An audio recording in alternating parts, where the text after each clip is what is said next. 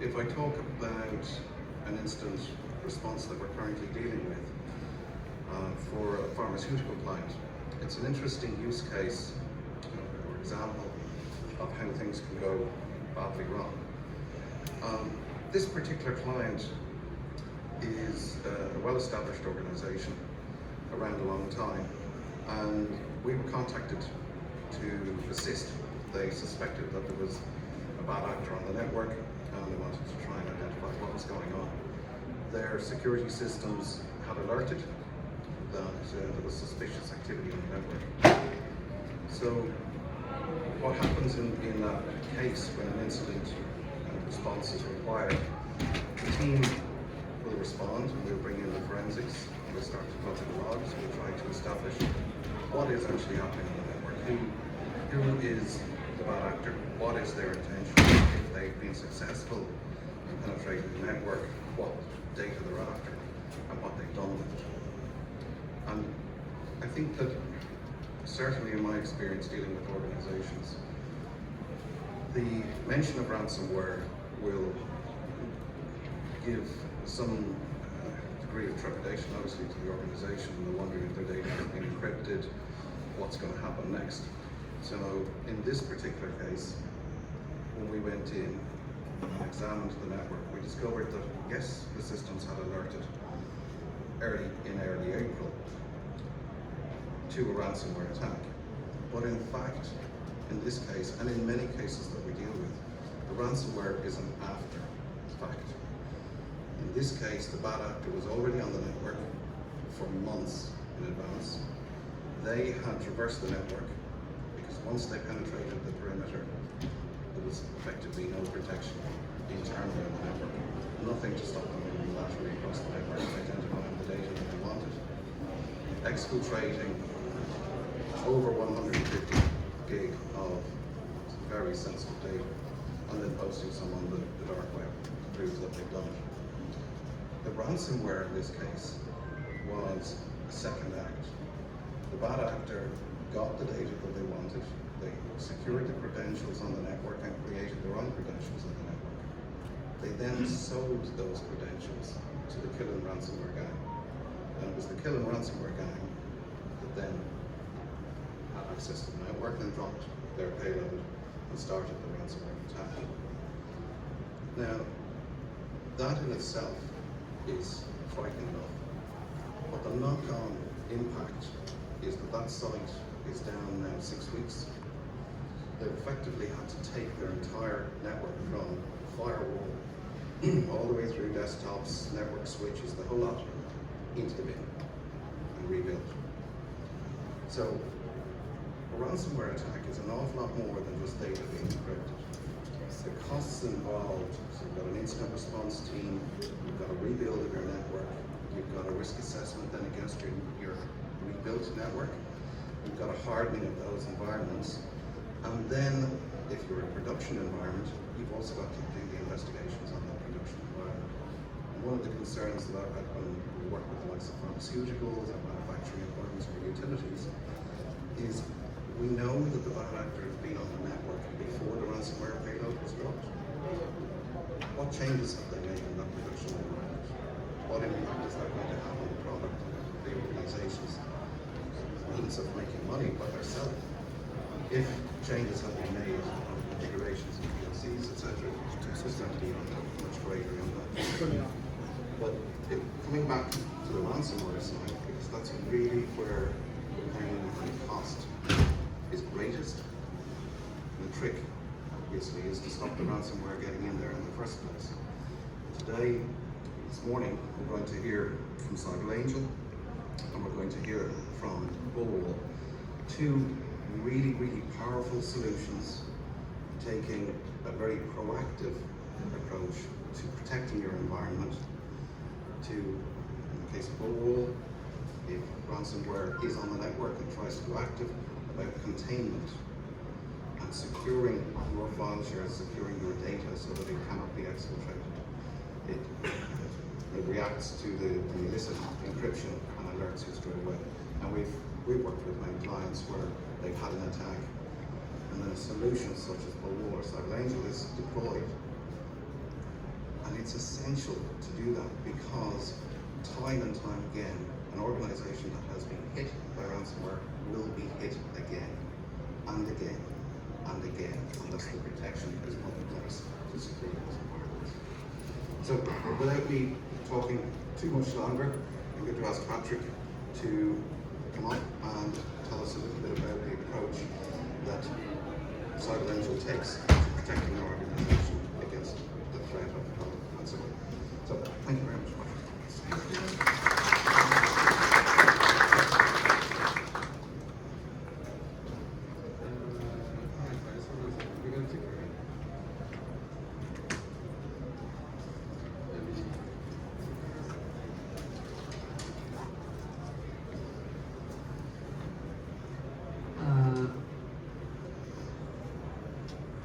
It's not it.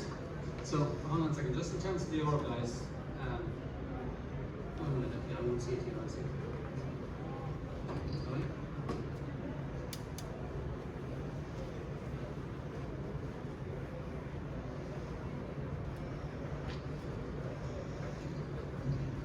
Have to start with a technical issue.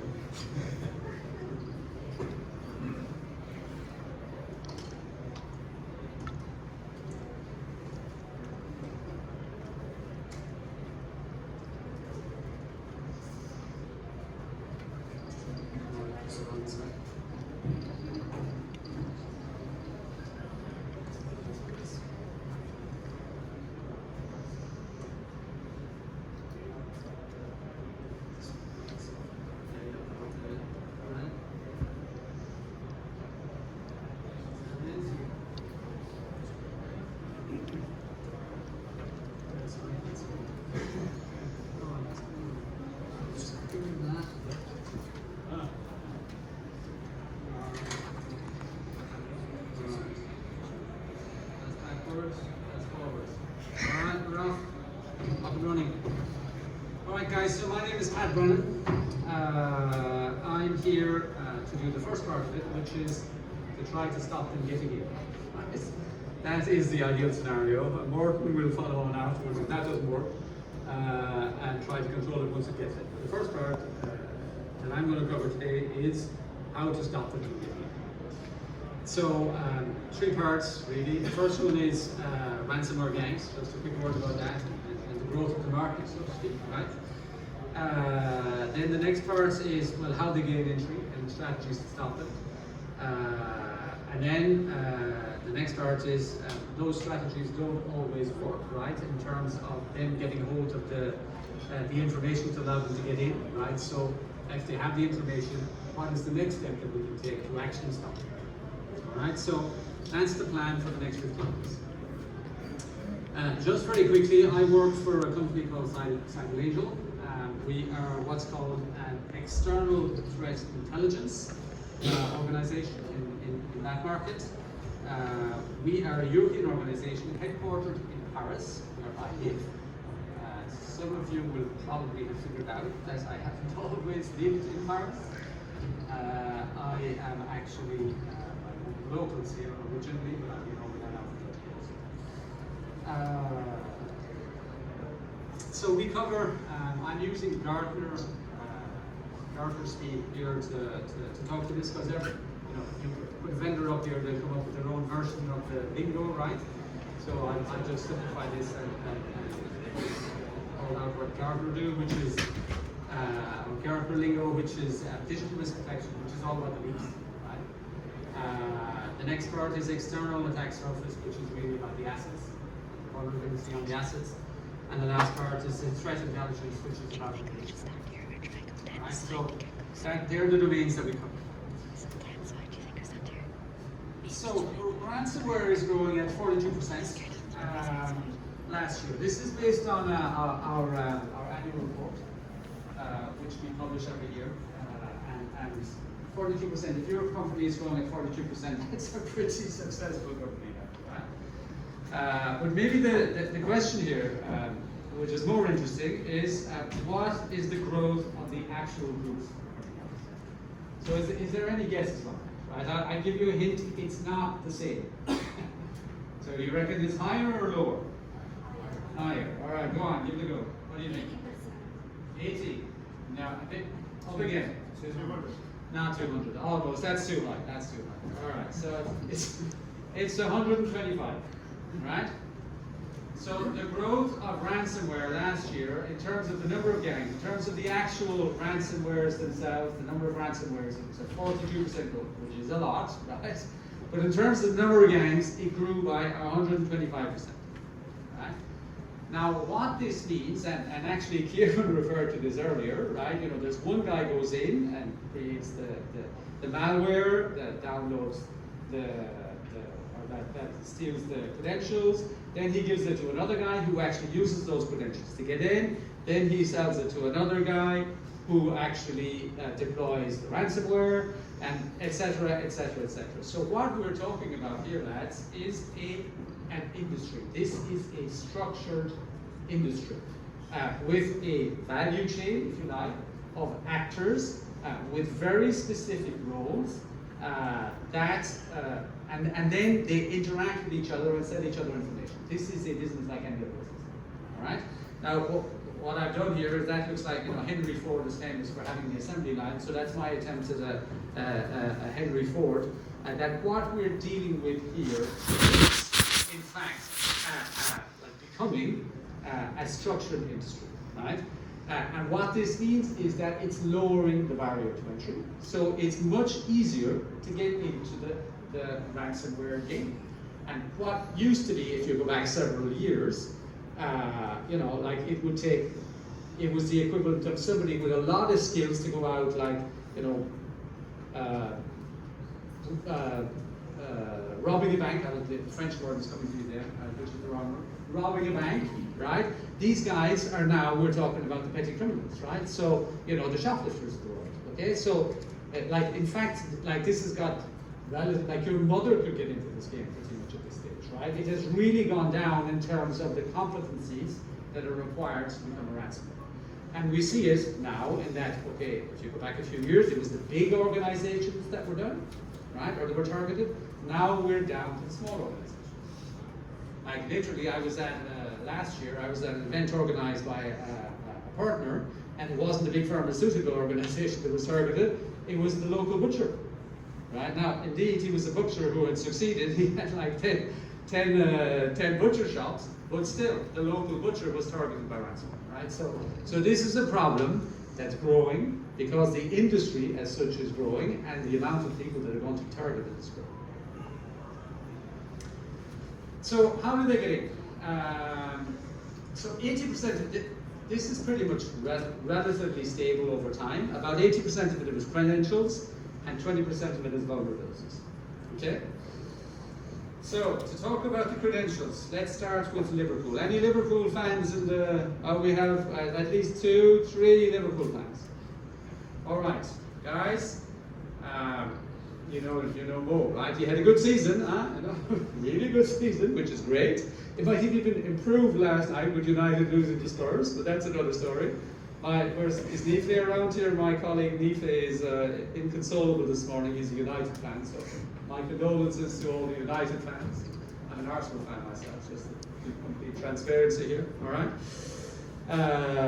Anyway, guys, you Liverpool fans, okay, have used Liverpool, and this is a UK study now, so maybe not you specifically, right? But in my humble opinion, the Irish Liverpool fans are probably the same. 450,000 times Liverpool was found as the password in a study. 450 times. 450,000 times. All right? So one of the big issues, or one of the big ways that ransomware gangs get in is credential stuff.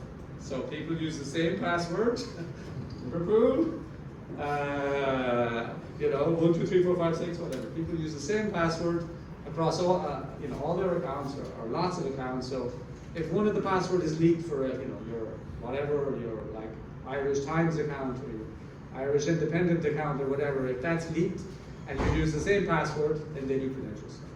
All right. So second one, and this is, to be fair, an even bigger one than the credential stuff. This is the biggest one actually. It's phishing. right? So phishing is like thing number one. And the third one, I picked the top three. That's the list. You know, you can go down the list, but I picked the top three just to highlight. The top three are info stealers. So info stealers are really, you know, the malware that gets installed in software, primarily when you remote working. So the malware gets installed and steals the credentials as you're using your home PC to log on to your professional applications, right? So those are the top three. And on the vulnerability side, that's 20%, right? Like you know the story there, that's the assets. Okay, so this is the credentials and 20% vulnerability. All right, so how to stop them? All right, so guys, Liverpool lads, you're all out. Okay. And round them up, out the door, okay? No more Liverpool. You can't be going around using, you know, your support for your club as a password. This is a promotional activity for the club. So that's the first thing, right? Second thing I would say is, this is the, which part is that? Sorry? Phishing. The phishing, all right. Okay, so in terms of phishing, I would say for all the recruitment, from now on, we have a phishing test. Right? And only hire the guys on the phishing. Right? That's the second thing. Alright? And the third thing, go to your HR and say, guys, the end of the whole of remote working. Alright? Everybody back in the office. Alright? This is clear plan. How to deal with your HR director is going to love you for this, right? In fact, credentials, it's not nothing to do with cybersecurity, it's the fault of HR. They need to sort it out, go to them and tell them the story. And then you go to your boss and ask him for more budget for this. Alright? And then you solve it. So obviously, that's not the reality of the real world, guys. Right? So in the real world, right, okay, there are a lot of tools out there, you know, and you can go around the hall here. In terms of the phishing, it's, okay, security training obviously is a big thing. Email security, DNS security. In terms of credential stuffing, identity and access management, obviously is a huge one. I come from that market. My previous role was with an IAM company. Info stealers, endpoint protection, obviously, and then you know the whole thing, right? So there's a lot of tools out there that you know you guys need to be implementing to make that happen, right? And there are lots of vendors out here that you can talk to around that, and I'm sure many of you have these in place already. But the reality of it is that even when you do all this, it will not work 100%. That is the world as it is. Credentials will be leaked, right? That is the reality. Vulnerabilities will continue to exist in the assets, excuse me. And malicious actors will continue to exploit them, okay? So you need to monitor the external environment. Right? So, like trying to stop the stuff getting out and trying to control your assets is not sufficient. That will not work 100% of the time. You need to monitor the exposed data, right? What's out there. You need to monitor the vulnerable assets, and you need to monitor the malicious actors to see what those guys are. All right. So just to get into, well, the use cases of that and the things that you need to do in terms of, you know, the external environment to monitor. So the first one is the credential leaks, right? There are 10 million stolen credentials detected every day, right? Like, no matter what you do, there, like every organization of any decent size out there has credentials that are dealing with, right? Now, the good news is, or well, less bad news, is that because it's an industry, these guys now, the guy who stole the credentials isn't necessarily the guy who's actually going to use the credentials to get in. Or the guy who uses the credentials to get in isn't necessarily the guy who's going to do the ransomware. So, and that whole chain, it actually exists as markets, which used to be on Tor once upon a time, but are now for the most part on Telegram or Discord or whatever. And there are people out there like us who actually monitor those and see that, you know, your credentials have been leaked on first hand, and then that they're being transacted in those places. All right? So monitor for leaked credentials. That's the first thing. Second one, malicious domains. Phishing, I said, in terms of the phishing, it's the top reason for credential stealings, right? So phishing is the top method for them to steal the credentials. So monitoring the phishing and monitoring malicious domains that could be used against your organization or against your customer is another really important point. Okay? So, and if once you find, because once that domain is set up, we will find that, or any the organizations that do domain detection will find that, and they will find the domain that can be used, and you can take that down, or you can get the registrar to take that down before it is used in anger against your customers. Okay? And in addition to that, obviously you can block. The next one, criminal reforms. Right? I mentioned this already, right? This is really important. It's really important to monitor the dark web in terms of what is going on there and what these guys are exchanging between themselves. Like Telegram went up 70%. Right? The use of Telegram for malicious behavior went up 70%. Tor is down, right? That's old news. It's now Telegram, and Discord was up over 50%.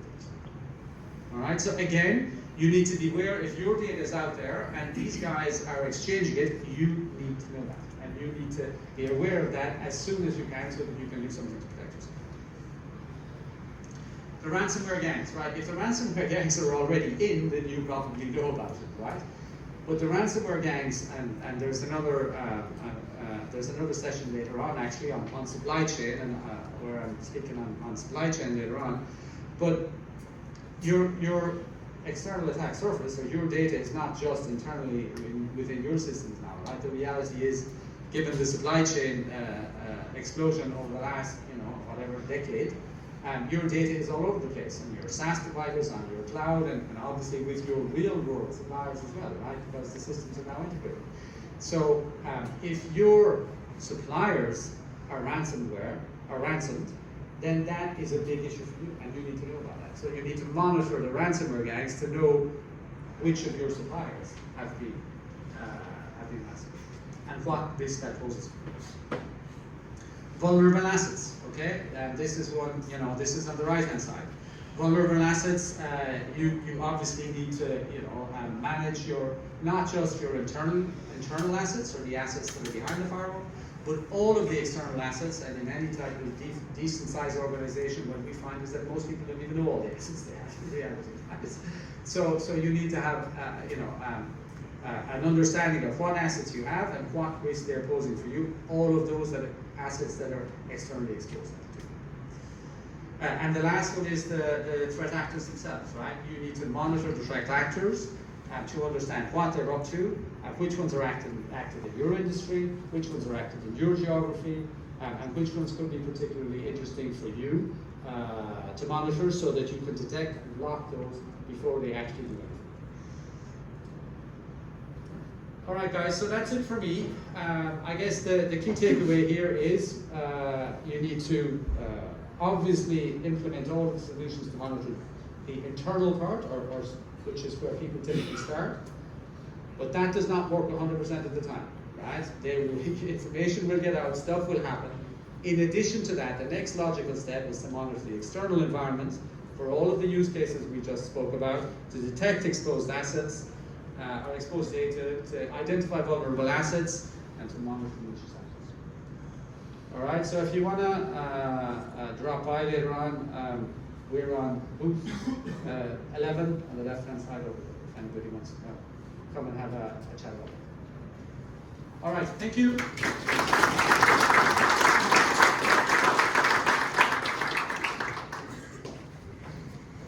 you very much, Patrick. Are there any questions arising from that session? We might take one or two if there are, and then we'll have a Q&A at the end anyhow. Yeah. The question is, whenever you find out that your supply chain partner is damaged by the ransomware, Yeah. do you need to get rid of it, so use someone else to cover the supply chain, or would you take the risks of partnering? So there's no black and white answer for that, right? Sometimes it will be a good decision to change suppliers, right? And sometimes it may not. It really depends on a whole bunch of considerations, including contractual considerations and contractual obligations.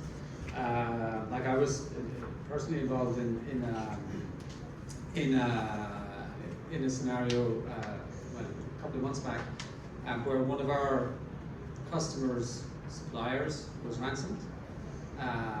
They never said it to the customer. They had a contractual obligation to tell the customer to do that, so that our customer had the choice if they chose to actually terminate the agreement with that customer because it was breach of contract. Right? So in some cases it will be the right decision, and in some cases it won't. But it really is a case-by-case basis depending on the situation.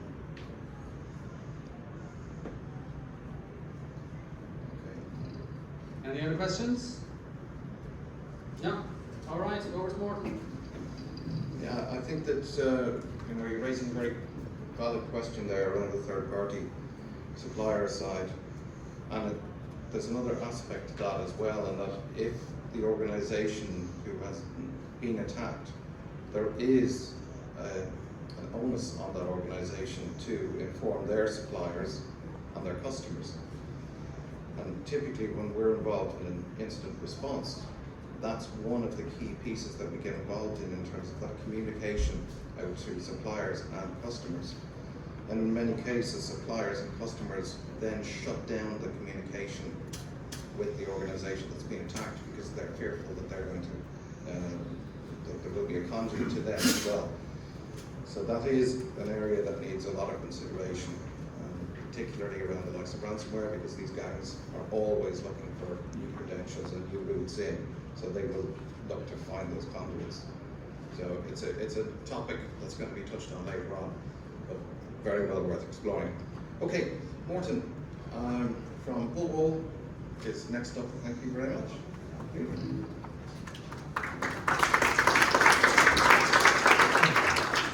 Before I even said anything, that's pretty good. That was the wrong way.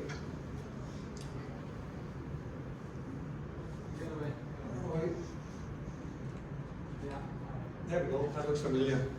Thank you to Kieran and Patrick for teaming me up perfectly here today, and good morning to all of you. Don't know if you can tell, but I'm a very, very happy man today. Really, really happy. 17 years of misery was put to bed last night when Spurs beat United. And we have a trophy more than Arsenal this year, so even better.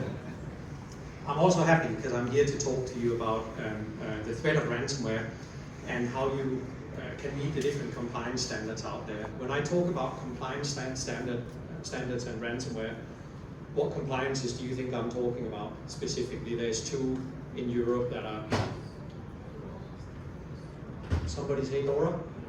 Yeah. There's two? Yeah. Those are the two that we're talking about. What is it that those two regulations primarily talk about and encourage companies to get better at? Sorry? Cybersecurity. One specific word? Thank you very much. Somebody has been paying attention to what's actually in the regulations. Resilience. What is resilience? Well, in life, it's the ability to overcome adversity and difficult situations. In an IT infrastructure, it's your ability to maintain operations, make sure that stuff is not going down, make sure that you can protect your data, and recover from a power outage, a cyber attack, or specifically a ransomware attack. Why is ransomware absolutely mission critical when it comes to resilience?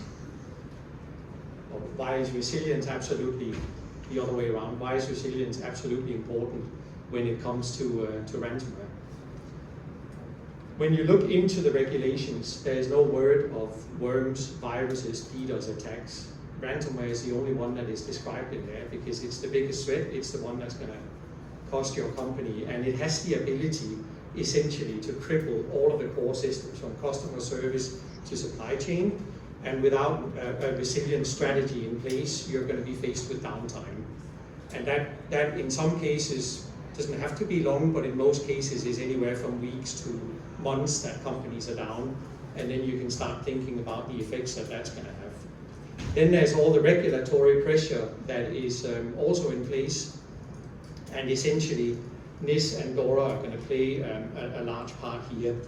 And if you don't have the ability to meet those regulations, then you're going to be faced with heavy fines. The next one is interesting. It is shown now that it has a big effect on reputation and customer trust. 1 in 4 customers will change business after a company has had a data breach.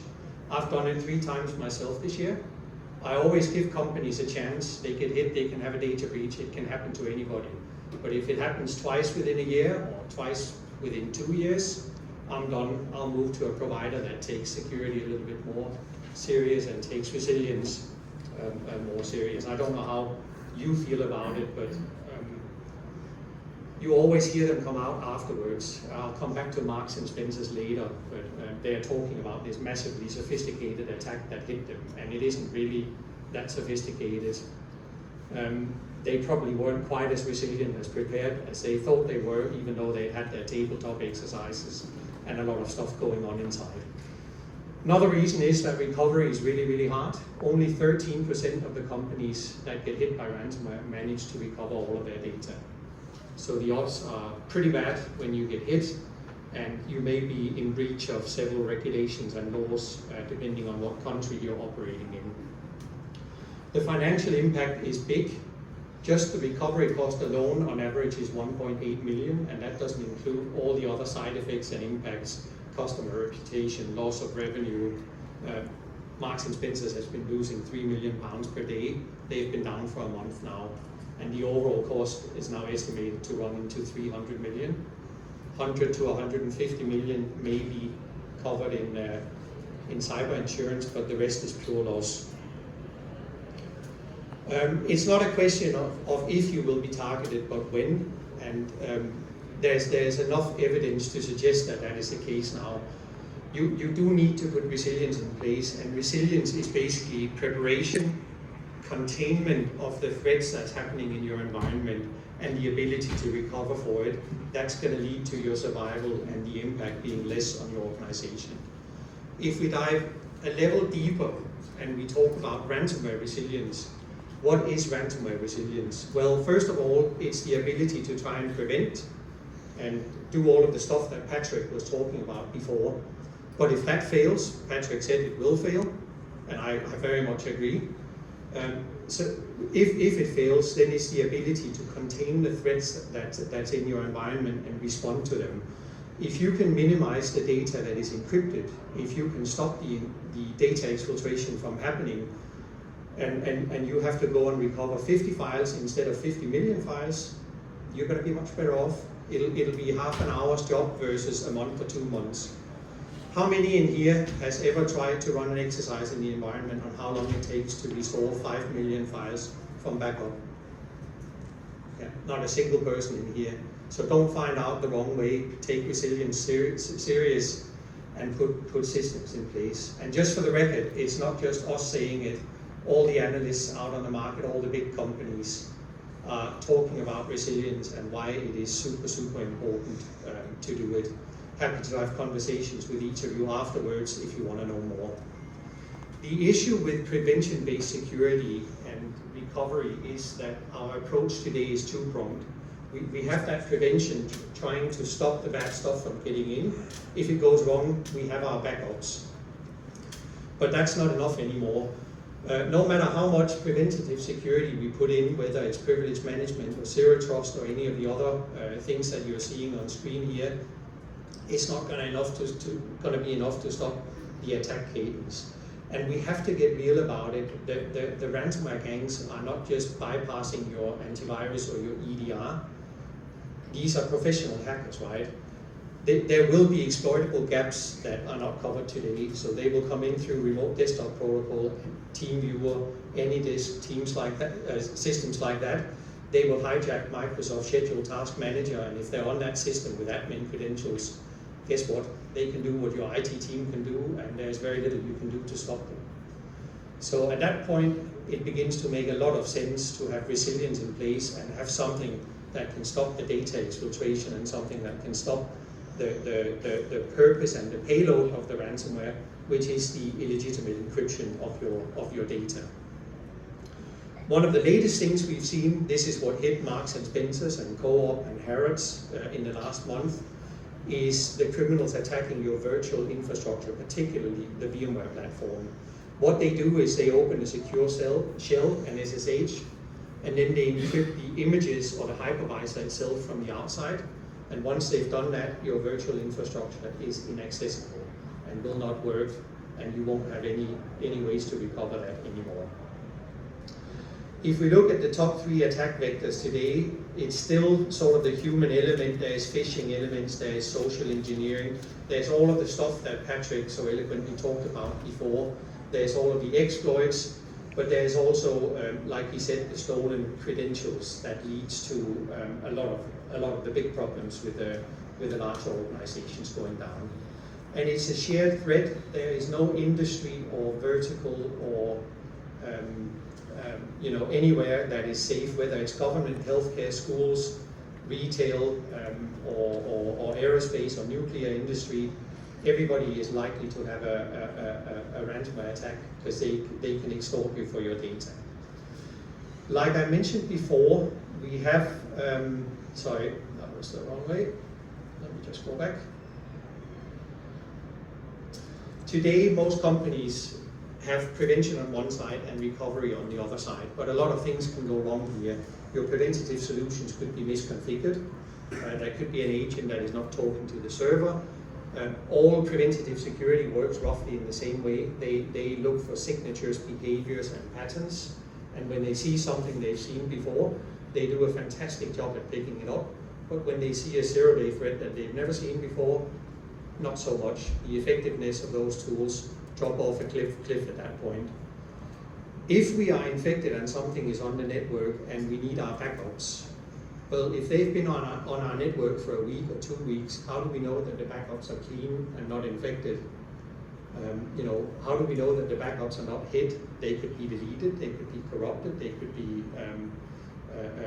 encrypted by the criminals. And even if they are available, how long is it going to take us to recover, and how much of the data are we going to be able to recover?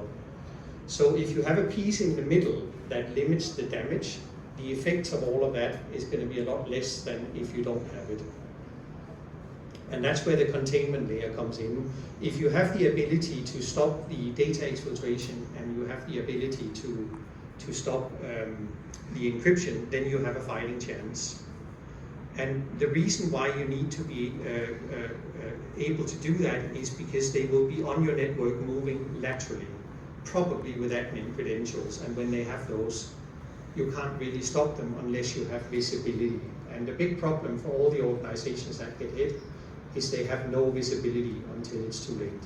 And that's one of the areas that we cover with our solution. But again, this is not a product pitch, this is just educational. If we look at what the criminals are doing during an attack, they follow a fairly set cyber kill chain consisting of 7 steps and 3 phases. The first phase is step 1, 2, and 3. They look at your organization from the outside. They look at your web pages. They look at your LinkedIn employee pages. They learn as much about your company as they possibly can. They will start to do port scanning from the outside to look for vulnerabilities. They may start doing social engineering to fool somebody out of credentials, and when they know enough, they will assemble a malware bundle, and then they will find a delivery mechanism into your environment in step 3. That could be an email attachment, it could be a drive-by download, it could be a supply chain attack like Kieran and Patrick mentioned before. It could be social engineering, again, that leads to loss of credentials. There's literally hundreds of ways where they can get into your environment. Once they're on the network, they typically have a piece of malware here in step 4. And at that point, we move into phase 2. This is what we call the exploitation phase, where they move laterally across your network to figure out where is your domain controller, where is Active Directory, what virtualization platform are you running on, what cloud platforms are you running on, where's all your application servers, database servers, web servers, where's all the important information that you need to attack when we effectuate the payload and the purpose of the ransomware. If they have malware in your system, you will be invisible to that. Your preventative systems have not reacted to it, otherwise it wouldn't be on your network to begin with. So how do we gain that visibility? Well, we need to be able to stop lateral movement across the network. How do we do that? Normally MFA, but MFA is like a username and a password. It's just another hurdle that the criminals need to overcome. If they're already on your network and using keyloggers, they can intercept an MFA token relatively easily. So MFA in its own right is good, but it doesn't do anything to give you visibility, and it doesn't do anything to kick a threat actor off your network again.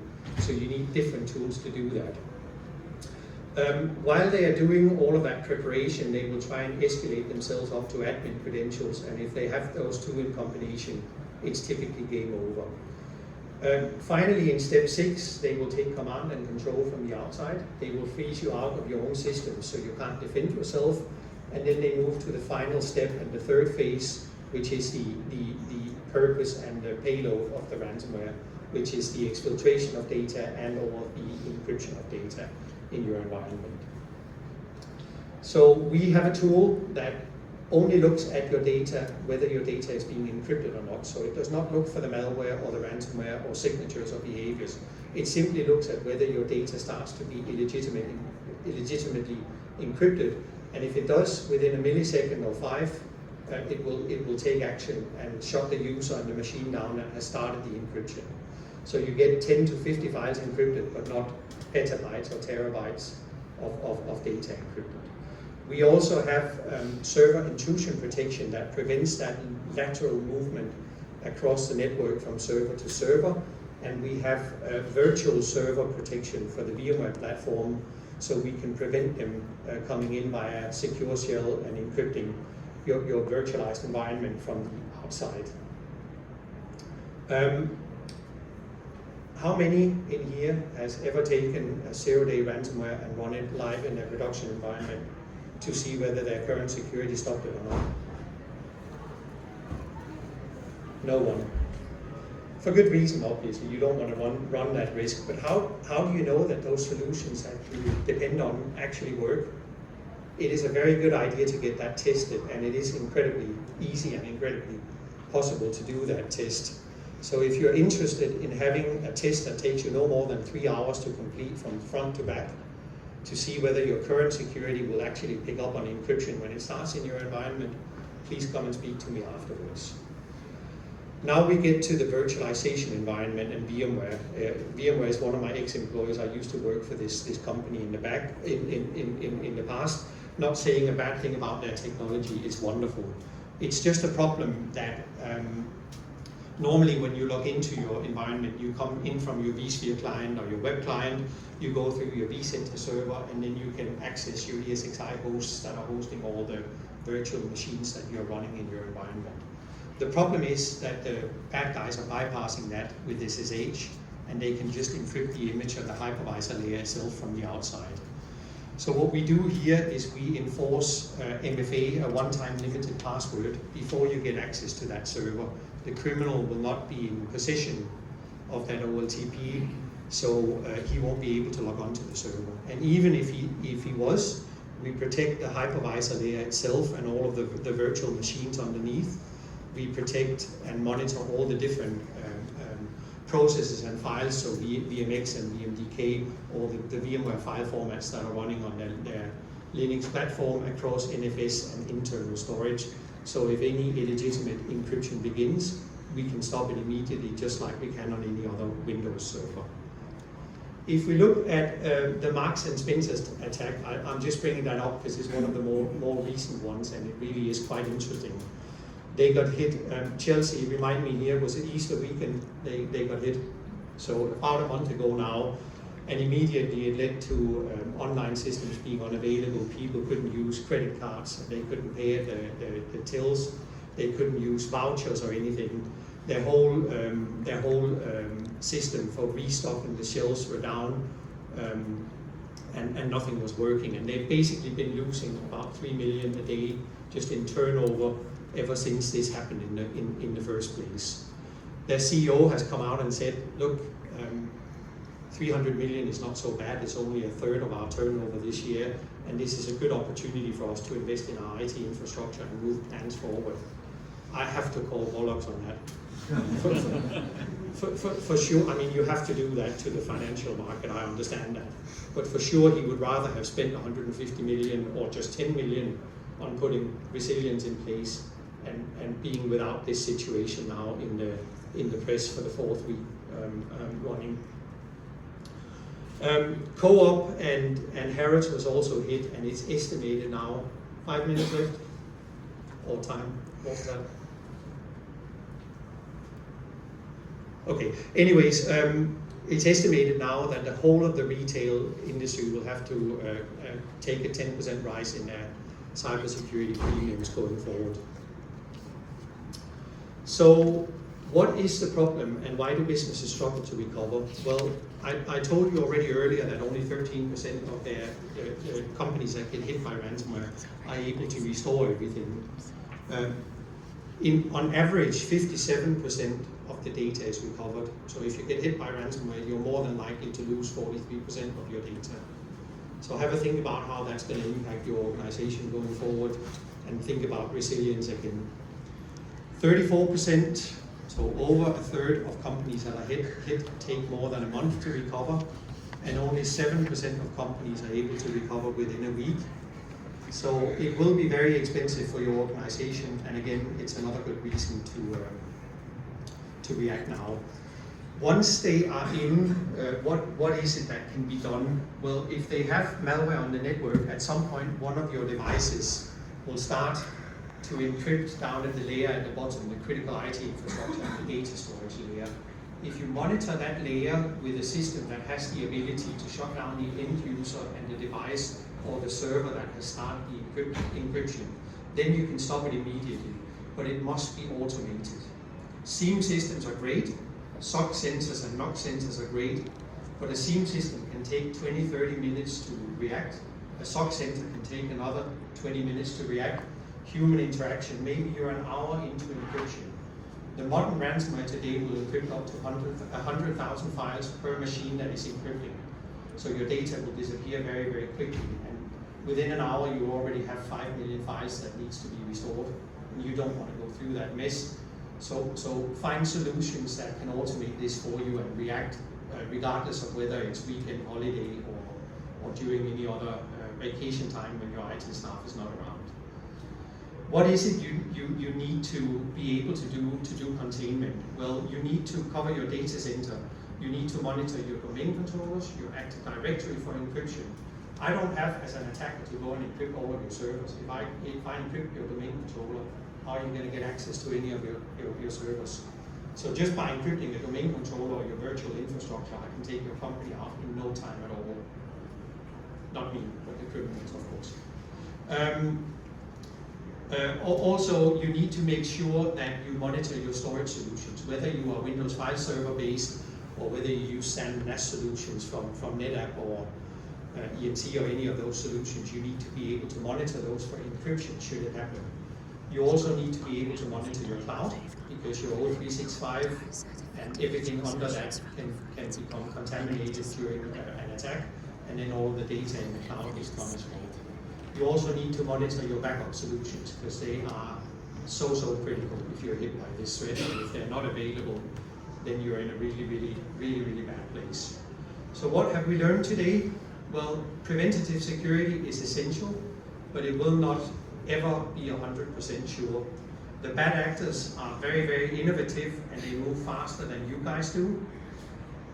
They will always find a way into your organization. So, assume breach. There's a reason why the NCSC, the National Cybercrime Center, the CEXI over in the US, and all of the other NCSs, so the National Cyber Centers around Europe, say you must assume breach. If an adversary has enough time on your network, they will get the ability to move laterally on your network. So if you can't defend against that, all of the other security is kind of immaterial at that point. So just consider that if you don't consider anything else today. So this is why containment and resilience is absolutely mission critical when it comes to ransomware. That's great, Morten, but how do we get budgets for all of this? I hear you say it's always the big question. I'm sure that Marks and Spencer's IT team has asked for plenty of solutions and been told no, there's no budget available. But now in the next few months, £10 million will be available to buy whatever they want. And my guess is that they will buy a lot more preventative security and do a little bit on the recovery side, but resilience and containment may not be touched. But just to give you an idea about where our customers find budget for resilience or for containment, it can come from security enhancement budgets. So you can enhance your business operations. It can come from a compliance and regulatory project. If you have to be NIS2 or DORA compliant, then you can tack this piece onto it. If you have concerns around business continuity and recovery, well, the ability to go and recover 50 files is a lot better than to do 50 million files. So it should fit into those projects quite nicely and quite easily. Cyber insurance policy is another big one. A lot of Bulwark customers has gone back to their insurance companies after they have installed our solution and gotten anywhere from 15 to 49% discount on their cyber insurance, because they've essentially installed a smoke detector and a sprinkler system in their data center that puts out the fire when it starts. So that could be another way to get budget. Digital transformation budgets is another one. And then of course, if you're really, really lucky and you haven't spent all of your budget, there may be an unallocated budget available that you can tap into as well. Finally, if you want to come see a demonstration, find us at the booth. You can also scan the QR code and do just order a one-to-one demonstration. It takes 45 minutes to go through it, and then you will see how to stop the lateral movement, how to protect your virtual environment, and of course all of your Windows environment and all the servers in your data center, regardless of whether it's on-prem or up in the cloud. So thank you very much, and is there any questions?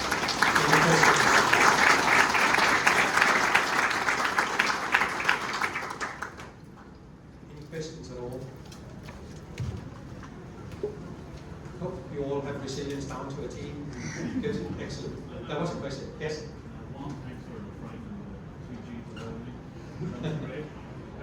Obviously, with more and more mobile use, do all of these protections cover the Mobile use? Yeah, mobile 11 has the email Well, it does essentially, because we look at the data stores where the data sits. So if the data starts to get encrypted, it doesn't matter whether it starts from a laptop or a mobile phone. But mobile phones are becoming important. Some of the techniques that the criminals are using are SIM swapping and MFA fatigue. I don't know if you know what they are, but MFA fatigue is, they call it to basically your provider of mobile phones, and they fool the telephone company to believe that they're you, and then they do a SIM swap, and then they can monitor everything that you do on your mobile phone, and then they start bombarding you with MFA codes until you hopefully click on one of them. So that's another angle on top of all the other stuff to consider. So yeah, I mean, the point is, hopefully you don't store critical data on the device itself, but it's centralized in your data stores, either in the cloud or in your data center. So that data will be protected, and as soon as encryption begins, we can isolate the user and the device in Active Directory or using an MDM, a mobile device management solution. Any good question, by the way? Any other questions? Software extracts the files not encrypted, but we do gradually step by step so the executor wants to cut they encrypt the whole bunch. I couldn't hear about 30% of what you said in the beginning because the door was open, so if you could speak up just a little bit. If the malicious software will unlock the files, that's a big chunk of encryption. What they do instead is gradually cover the file. So Yeah. the software will not spoil. But no, it will. It doesn't matter. I mean, it will detect encryption whether it's done gradually or all in one go. So, as soon as a file is changed in the environment, we work on file notification basically. So when a user creates or modifies an existing file, that's when we check it for encryption. And whether it is a tiny bit of the code intermittently, like every 32 lines or whatever that they encrypt, or it's the whole document, we will see that encryption taking place. Good question as well. Yes? SQL databases Sorry? SQL databases? Yeah, so SQL databases we cover in a different way because we can't necessarily read the content there. So what we do is we place honeypots on the top and the bottom of the database, data that will not be touched by your normal users. If any of that data, let me back up a little bit. When a ransomware gang starts encrypting, they always do it from the top of the alphabet to the bottom, or the other way up. They don't just randomly spray around and do it, or at least I haven't seen any ransomware so far that did that. So we place honeypot files at the top and at the bottom of the alphabet, and they will be touched before anything else. And because it's not normal user behavior to touch those hidden files, I'm not very good friends with this microphone, sorry. When that happens, we will react and we will protect the database. I often get the question from customers, do we shut the database down and the server down? And I'm like, yeah, because otherwise the criminal will do it for you, right? Does that make sense? Yeah, that's good. Yeah, okay. Thank you. Sure. We're just running out of time now, so by all means, please pop along to meet Patrick and Morton on their stands. Just a quick question to the floor. Has anybody here been the victim of a ransomware attack? No, that's surprising, to be honest, because we're seeing so much of it. We're seeing more and more attacks now.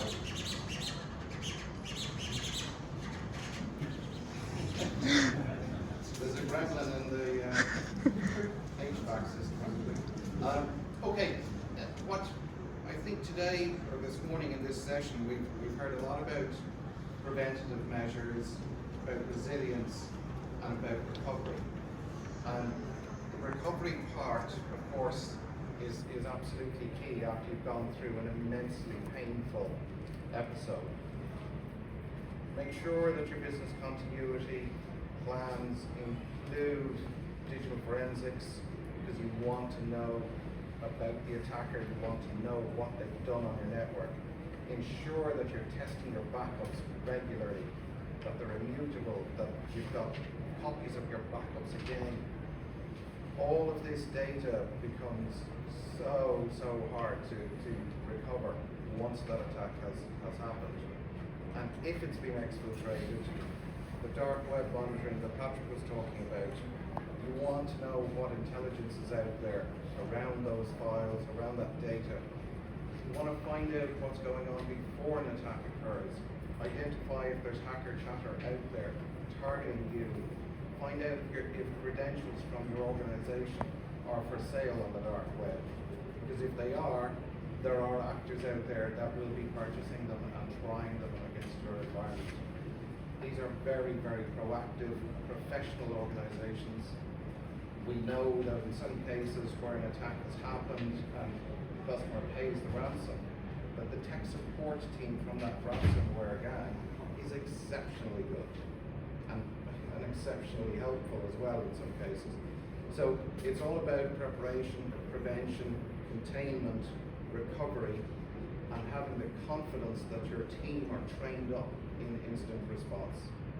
And for any of those topics, please come talk to any of us on this.